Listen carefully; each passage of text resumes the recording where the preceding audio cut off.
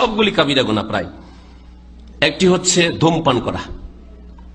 ধূমপান করা, এতে তামাক থাকে, তামাক জাতীয় যত প্রোডাকশন রয়েছে সবগুলি হচ্ছে হারাম, আর হারাম খাওয়া কাবিরা গুনাহ। সুতরাং এমন পান, যেই পানে জর্দা খাচ্ছেন, এই জর্দা হারাম, জর্দা হারাম। হারাম খেলে দোয়া কবুল হয় না। জর্দা খাওয়া মৌলবি হুজুরের দোয়া কি করে কবুল হবে? যাকে দিয়ে মোনাজাত করাচ্ছেন, হ্যাঁ, তার উপর আবার যদি বেদাতি মোনাজাত হয় তো কি করে কবুল হবে বলেন দেখি?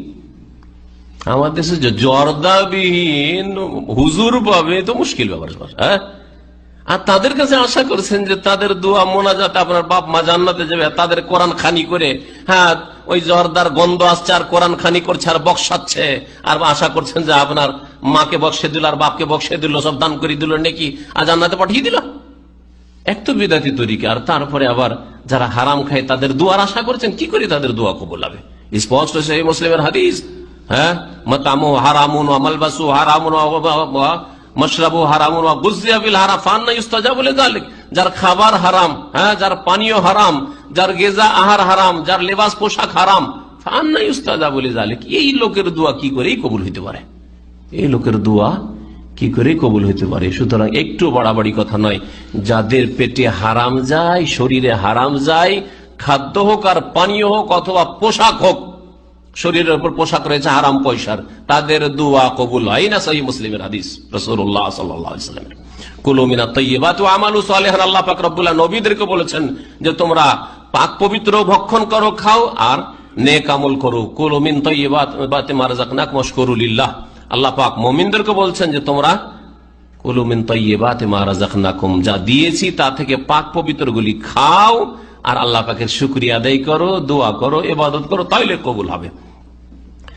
সুতরাং ধূমপান হারাম, এই কাবিরা গুনাহ করবেন না। যত রকমের ধূমপান রয়েছে, সে হুক্কাই হোক আর বিড়ি হোক আর সিগারেট হোক আর যেইভাবে হোক না কেন, যে কোনো আকারে হোক না কেন, এইরকমই তামাক জাতীয় যত কিছু জর্দার আকারে হোক আর যেইভাবে ঘুষেই হোক, আর ওই গুল ব্যবহার করে দাঁত পরিষ্কার করা হোক, এই তামাক জাতীয় জিনিস হারাম। আপনারা হয়তো জানেন, আর এটা সাধারণ মানুষরাও জানে, যে তামাক শুধু এই 2 পাইয়া, হ্যাঁ, মানুষে খায়, তাই না? তামাক গরু বকরিতে খায় কি? তামাকের জমি ঘেরা লাগে না, ওর জন্য বেড়া লাগে না, ওর জন্য পাহারা লাগে না যে বকরি ছাগলে চড়ে যাবে গ্রামের। সুবহানাল্লাহ। যেসব প্রাণীকে আল্লাহ পাক রব্বুল আলামিন আমাদের মতো বিবেক বুদ্ধি জ্ঞানও দেননি, সেই সবগুলিও বুঝছে। যেগুলি খাবায়েস, আল্লাহ খাবায়েস হারাম করেছেন, আর এই খাবায়েস খেলে ধ্বংস হয়ে যাবে, দুনিয়া ধ্বংস হয়ে যাবে। ওরা দুনিয়ার প্রাকৃতিক ভাবে আল্লাহ পাক রব্বুল আলামিন ওইভাবে সৃষ্টি করেছেন যে দুনিয়া তোর ধ্বংস হয়ে যাবে এইসব খেলে। আর আমাদের এই সিগারেট আর ধূমপান করে আর এই তামাক খেয়ে দুনিয়াও ধ্বংস হচ্ছে, দিনও ধ্বংস হচ্ছে, তারপরে আমরা বুঝি না। মুফতি সাহেব পানের বাটা নিয়ে বসে আছেন। হুজুর, পানের জর্দা খাওয়া হারাম। জর্দা কি আল্লাহ হারাম বলেছেন? কোরআনে কি জর্দার নাম আছে? নেই। সিগারেট বিড়ির নাম কি কোরআনে আছে?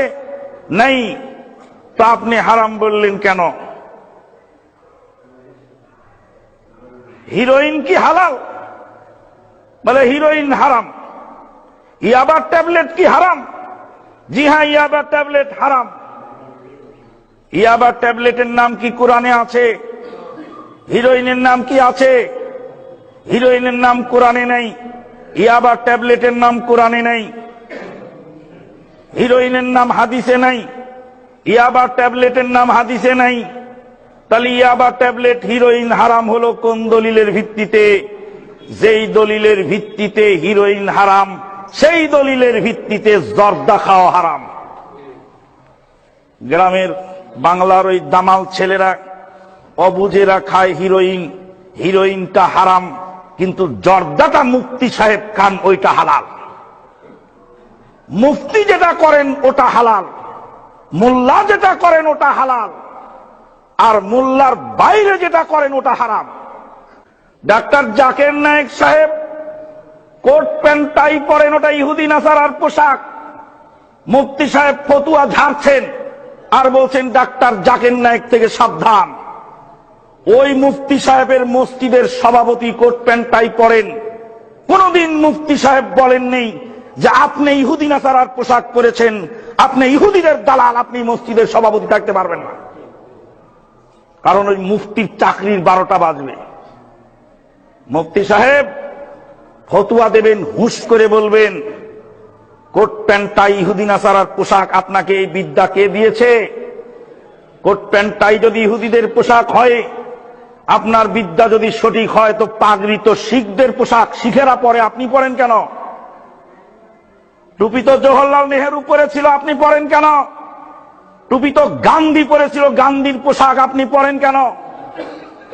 বিদ্যার কত অভাব আমাদের, আমরা কত অসহায় ওই মোল্লা মুন্সির কাছে। ধূমপান স্বাস্থ্যের জন্য ক্ষতিকর। প্রত্যেকেই প্রথমে ফুসফুসের ক্যান্সারের কথা ভাবেন, কিন্তু অনেকেই জানেন না যে তামাকের ধোঁয়া পুরুষের প্রজনন ক্ষমতার উপরও প্রভাব ফেলতে পারে। অন্যদের তুলনায় ধূমপায়ী পুরুষের বীর্যের মোবিলিটি ও টিকে থাকার ক্ষমতা অনেক কম। জার্মানির সারলান বিশ্ববিদ্যালয়ের বিজ্ঞানীরা ধূমপায়ীদের বীর্যকোষের জিনোমের মেমব্রেনে পরিবর্তন প্রমাণ করতে পেরেছেন। অর্থাৎ যে পুরুষ সন্তানের পিতা হতে চান, তাদের ধূমপান এড়িয়ে চলা উচিত।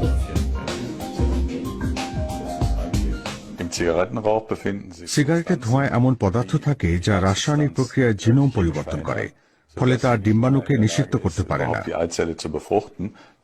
তাছাড়া বীর্যের আকার ডিম্বাণু পর্যন্ত পৌঁছানোর গতি বদলে যায়, ফলে স্বাভাবিক প্রজনন প্রক্রিয়া ব্যাঘাত ঘটে। এ কারণেই অনেক ধূমপায়ী সন্তানের জন্ম দিতে পারে না।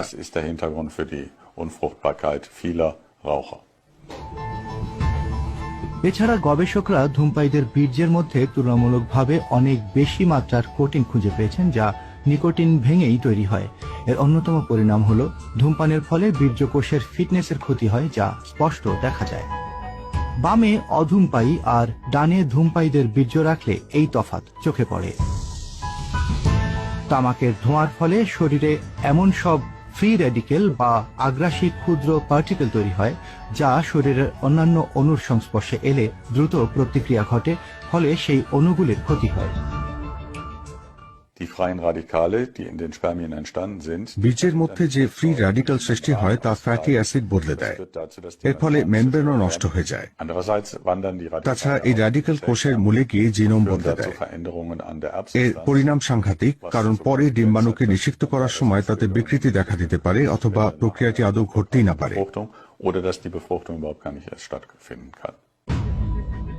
ফ্রি র্যাডিক্যাল ডিএনএ অর্থাৎ বীর্যকোষের ক্রোমোজোমের উপর হামলা চালালে তার খোলস নষ্ট হয়ে যায় এবং ক্রোমোজোম ভেঙে যেতে পারে। অধ্যাপক মোহাম্মদ হামাদে তার রিপ্রোডাক্টিভ মেডিসিন বিভাগে বীর্য পরীক্ষা করে এমন প্যাথোলজিক্যাল পরিবর্তন পরীক্ষা করেন। এক পরীক্ষার মাধ্যমে বীর্যকোষের অবস্থা বোঝা যায়। দাগ সহ বীর্য এরই মধ্যে নষ্ট হয়ে গেছে, যাতে দাগ নেই সেই বীর্য স্বাভাবিক। টানেল টেস্টের মাধ্যমে তা জানা গেছে যে বীর্যের ডিএনএ ভেঙে গেছে তার ডিম্বাণুকে নিষিক্ত করতে পারে না। পরিবার পরিকল্পনার ক্ষেত্রে ধূমপান একটা বড় বিষয়। এক্ষেত্রে প্যাসিভ স্মোকিং সরাসরি ধূমপানের মতোই ক্ষতিকর। সিগারেট দূরে রাখলে স্বাস্থ্যকর বীর্যকোষের সম্ভাবনা বেড়ে যায়।